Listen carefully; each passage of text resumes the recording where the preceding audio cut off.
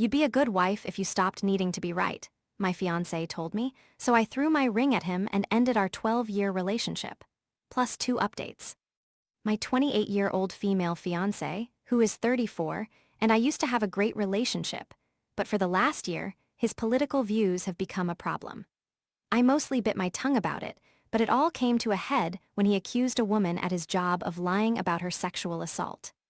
I pointed out that whenever a woman accuses a man of rape, he immediately questions it and says she is lying. He justified this by saying it's stupid to believe an accusation like that with no proof. I pointed out that he has no proof that she's lying either, but he's accusing her anyway. He often sends me articles of women, usually teachers, sexually abusing boys. I brought up that he never says the boys are lying or asks for proof. He got very upset and kept repeating that I was trivializing male sexual abuse. I don't feel like I was. I felt like I was just pointing out the hypocrisy. He denied being biased against female accusers. I reminded him that when the allegations against Diddy first happened, he said, feminists were just trying to ruin a successful man's life. Unsurprisingly, he never brought up the man who also accused Diddy of sexual assault. He defended Diddy right up until the video of him physically assaulting Cassie was leaked.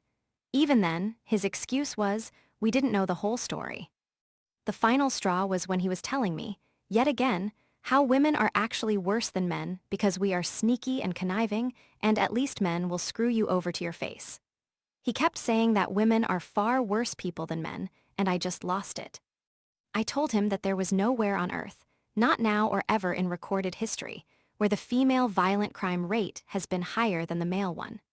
I told him that men kill each other even more than they kill us, so they are a bigger danger to themselves than some girl being sneaky. I said that blaming women for unfair legislation, like conscription, makes no sense when men make up the majority of the US government and most, if not all, other governments.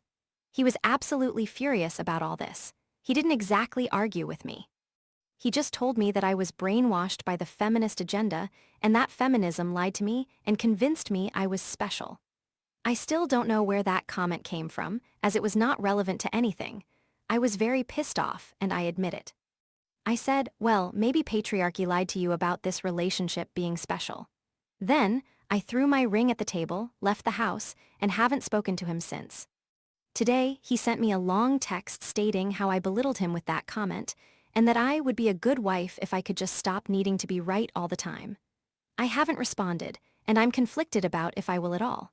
I feel bad about throwing the ring. I really feel bad that I hurt his feelings by saying our relationship isn't special. But honestly, I'm seriously questioning if I really want to marry him. He has always been argumentative, not just with me, but with everyone. Normally, I just ignore it, but he was so egregious with his hypocritical BS I shouldn't have taken the bait, and I don't feel like men are generally bad. I was just speaking out of anger. I don't consider myself to be a super political person. I'm not even sure if I count as a feminist. He just has a new complaint about women every single day at this point. It's so frustrating. I don't know when he became this way, but it sucks. There are still things I love about him, but the things he has been saying may be more than I can forgive. Despite all that, I'm still responsible for my intense outburst because I ignored his constant woman-bashing in an effort to keep the peace. I exploded when I could have just spoken up from the start. Maybe if I'd nipped it in the bud right at the start, it could have been better. I don't know. I don't know what to do. Would I be the asshole? Update. I am surprised and overwhelmed by the response my post got. Thanks to everyone who read through all that. After I left, I went to a hotel. He kept contacting me to ask when I was coming home. I told him I needed time to think and turned off my phone. When I turned it back on, I saw his photo on my lock screen and decided to call him. I'll explain why that photo was important in a minute. He said he wanted to talk face to face, and I agreed, so I went home. He apologized for implying that I'm not special. I apologized for implying our relationship isn't special. We've been together for 12 years, so saying that was hurtful and untrue. We discussed what we wanted for the future. He wants a traditional marriage, and he specified what that meant. First, I would quit my job and we'd start trying for a baby right after the wedding. Second, I'd be a stay-at-home mom until the kids are old enough for primary school, and we'd raise them as Christians. And third, He wants to protect and provide for our family, and I would be submissive. He assured me that I could still disagree with him and have a say, but he wants to ultimately have the final say in most things. He asked if I understood what he wanted, and I said yes. When he asked me if I still wanted to get married, I told him that I didn't. He has the right to change his mind, but it's not the arrangement we agreed to when he proposed. Suffice to say, we are no longer compatible. He wants to do a trial run of his preferred setup so I can see that it's for the best.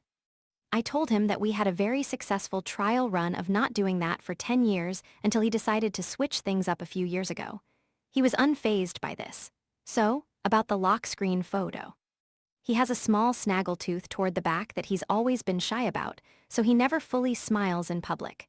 That photo is one of very few pictures where he is showing his real smile, and it's beautiful.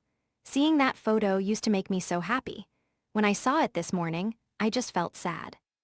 I know it sounds dramatic, but it feels like he died and was replaced by some kind of red-pilled pod person. When he asked me if I still loved him at all, I told him that I will always love him, but I'm not in love with him anymore.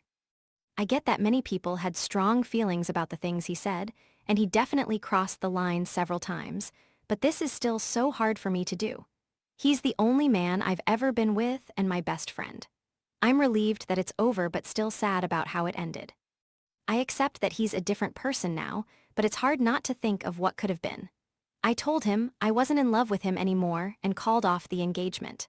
I'm going to a friend's place for a few days, and he's going to move out of our condo soon. Update. To make a long story short, I was with a guy who became an extreme men's rights activist. In my last post about him, I mentioned that I don't think I'm a feminist. I got a bunch of comments from people saying I actually am a feminist, but I don't know if they are correct. I also kept getting accused by men of being brainwashed by feminists. I told them that I wasn't raised around feminism, and I don't know any feminists at all. After my ex got into all that men's rights activist stuff, I spent a lot of time learning, researching, and talking with them. I know way more about men's rights than women's rights.